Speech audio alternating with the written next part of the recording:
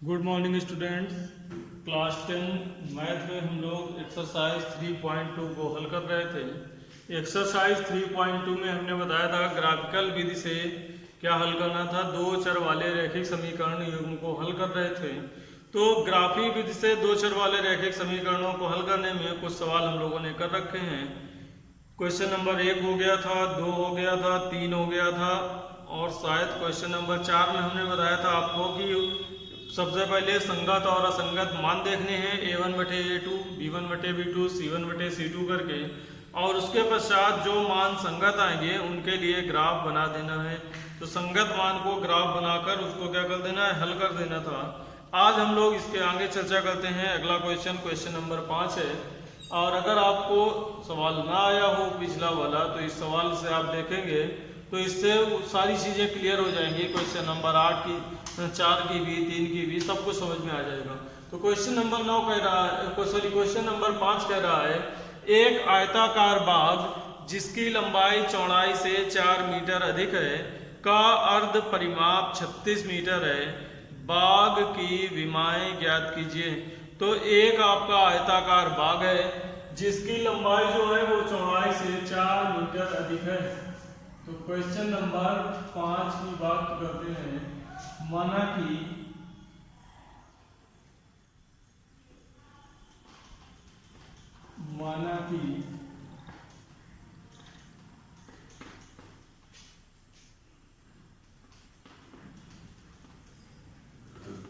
बाग की लंबाई बराबर x मीटर। माना कि बाग की लंबाई बराबर x मीटर और चौड़ाई बराबर y मीटर।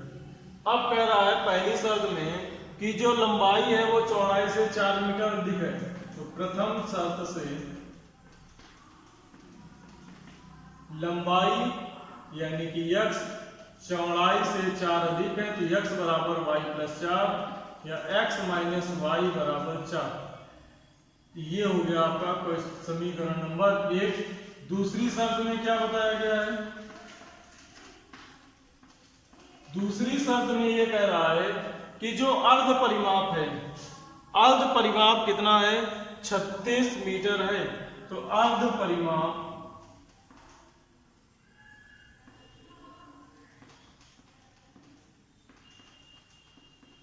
बराबर है 36 मीटर। अब आपको परिमाप पता है क्या होता है? 2 कोष्ठक लंबाई धन चौड़ाई और अर्ध है तो बटे 2 बराबर 36। 2 से 2 कैंसिल तो x प्लस वाई बराबर कितना आ जाएगा? 36। तो एक तो आ गया x प्लस वाई बराबर 36 और दूसरा बन गया x माइनस वाई बराबर 4। अब इसके लिए टेबल बना दें। तो पहला समीकरण x माइनस वाई बराबर 4, इसकी जब आप टेबल बनाएंगे x y, x का मान 0 रख दें, y का मान -4, y का मान 0 रख दें, x का मान आ जाएगा प्लस का 4। दूसरा समीकरण है x प्लस वाई बराबर 36,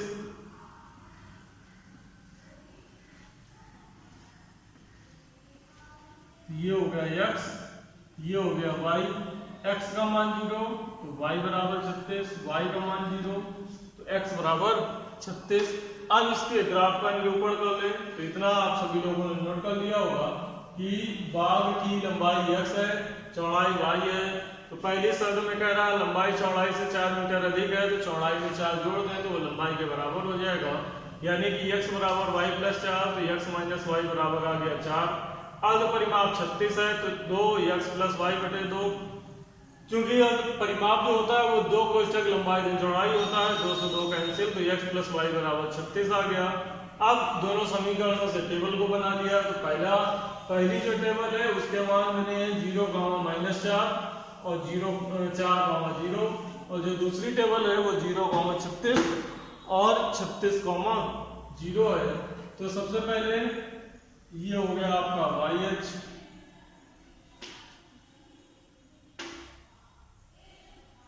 और ये हो गया आपका XH। ये हो गया x, ये हो गया y, ये हो गई y की ऋणात्मक दिशा, ये हो गया मूल बिंदु। 1 सेंटीमीटर पर निशान लगा ले। 1 2 3 4 5 6 7 8 9। 1 2 3 4 5 6 7 8 9। 1 2 3 4।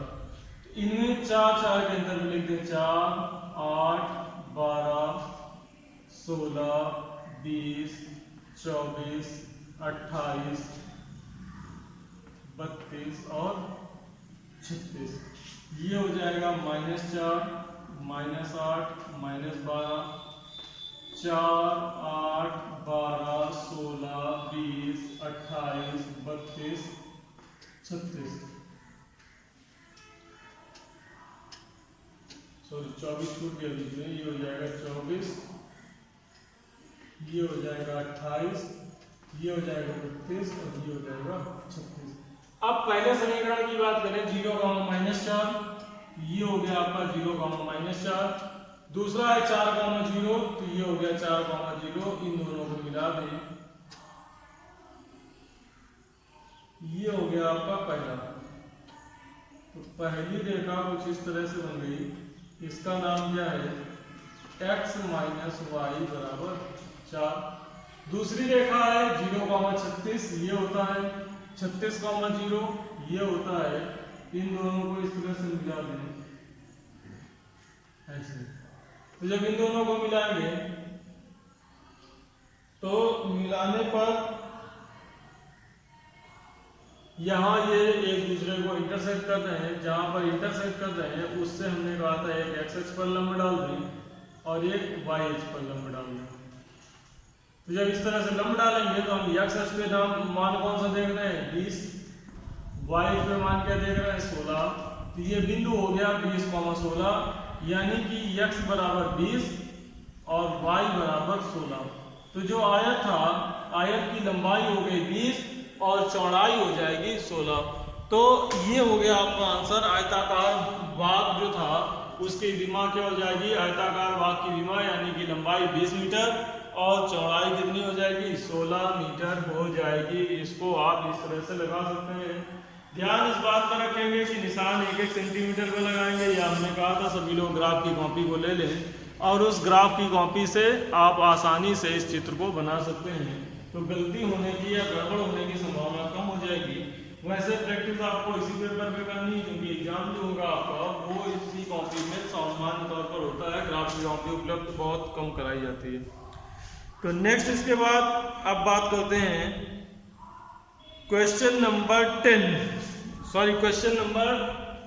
5 के बाद क्वेश्चन नंबर 6 की। तो ये आपको समझ में आ गया होगा। क्वेश्चन नंबर 6 की बात करते हैं।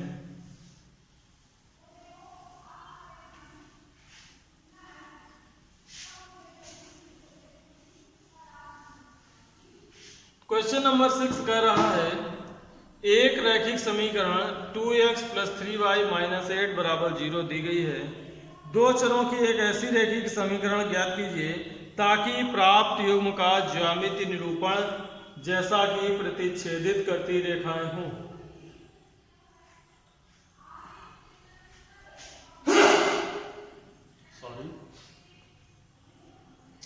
तो क्वेश्चन नंबर 6 में एक समीकरण दिया गया है। क्या दिया गया है? 2x + 3y - 8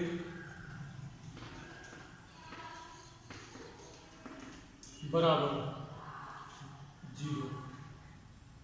एक ऐसा समीकरण को लिखना है जो प्रतिच्छेदित करती रेखाएं हों। तो नंबर 1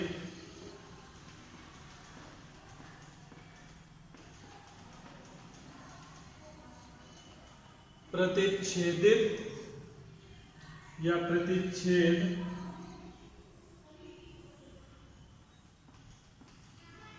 करती रेखा का समीकरण।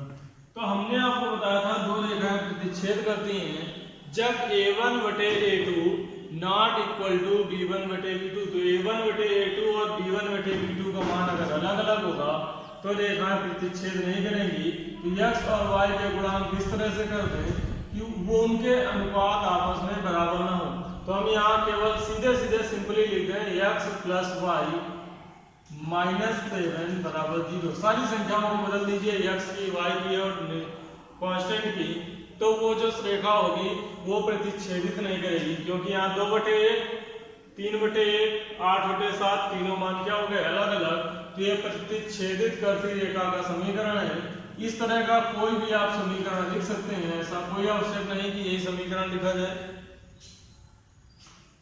बस ऐसा होना चाहिए कि रेखाओं का अनुपात समान न हो। नेक्स्ट है समांतर रेखा। तो समांतर रेखा में क्या करते हैं, a1 बटे a2 बराबर होना चाहिए b1 बटे b2 के, लेकिन वो c1 बटे c2 के बराबर ना हो। तो इसके बराबर रखना है तो क्या कर दें, मान लीजिए 2 का गुणा कर दें तो क्या हो जाएगा 4x और प्लस 6y। तो 4 जब 2 दूनी 4 करेंगे तो ये हो जाएगा 1/2, 3 दूनी 6, 1/2।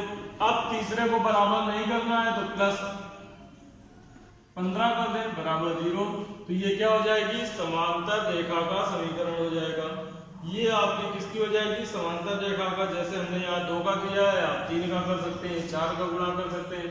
यहाँ 15 लिखा है, आप 10 लिख सकते हैं, 5 लिख सकते हैं, 7 लिख सकते हैं, 6 लिख सकते हैं, कोई भी संख्या लिख सकते हैं। सामान्य तौर पर 8 को छोड़कर आप कोई भी संख्या लिखते हैं। Next third part. थर्ड में क्या कहा गया है, संपाती रेखाएं। तो संपाती कब होती हैं, जब तीनों अनुपात बराबर होते हैं। तो संपाती रेखा के लिए पूरे समीकरण में किसी एक संख्या से गुणा कर दो। अगर 2 से करेंगे तो 4x प्लस 6y -16 बराबर 0। अगर 3 से कर देंगे तो 6x प्लस 9y -24 बराबर 0। तो किसी भी एक संख्या से, 2 से, 3 से, किसी एक संख्या से गुणा कर देंगे और आपका जो प्रश्न है वो हल हो जाएगा। तो मेरे ख्याल से ये चीज आपको समझ में आ गई होगी। अब इसमें किसी भी तरह का कोई कंफ्यूजन नहीं होगा। तो ये प्रश्न आपको यहाँ तक हल कर लेने हैं। इसके बाद अगला जो क्वेश्चन है, अगले क्वेश्चन में 2 समीकरण दिए गए हैं और उन दोनों में और x अक्ष के बीच में एक त्रिभुज के शीर्ष के निर्देशांक ज्ञात करने हैं। तो पूरा काम पिछले सवाल के जैसा करना है। जैसे हमने आपको पिछला सवाल बताया था कि आप 2 रेखाएं खींचेंगे। एक जैसे ये रेखा खींची गई थी पिछले सवाल में, एक ये खींची गई थी। तो ये बिंदु हमने निकाला था जो कितना आया था, 20,16 आया था। इसमें ये देखो, ये था x अक्ष, ये पहली रेखा, ये दूसरी रेखा, तो इनके बीच में ये एक त्रिभुज बन रहा था, बना हुआ था। तो ये जो त्रिभुज है, ये जो आपके प्रतिच्छेद बिंदु आया था, वही त्रिभुज का क्या कहलाएगा, शीर्ष कहलाएगा। और ये बिंदु ऑलरेडी आपको दोनों दिए हुए हैं। तो यही काम करना है क्वेश्चन नंबर 7 में। क्या करना है, 2 रेखाएं दी गई हैं, एक x - y प्लस 1 बराबर 0, दूसरी 3x प्लस 2y -12 बराबर 0। इन दोनों रेखाओं को और x अक्ष को मिला के एक त्रिभुज बना देना है। और जो ये प्रतिच्छेद बिंदु आएगा वही इस त्रिभुज का क्या हो जाएगा, शीर्ष हो जाएगा। तो इस सवाल को आप लगा लीजिए। अगर कोई समस्या होती है तो फिर हम इसको बताएंगे आपको।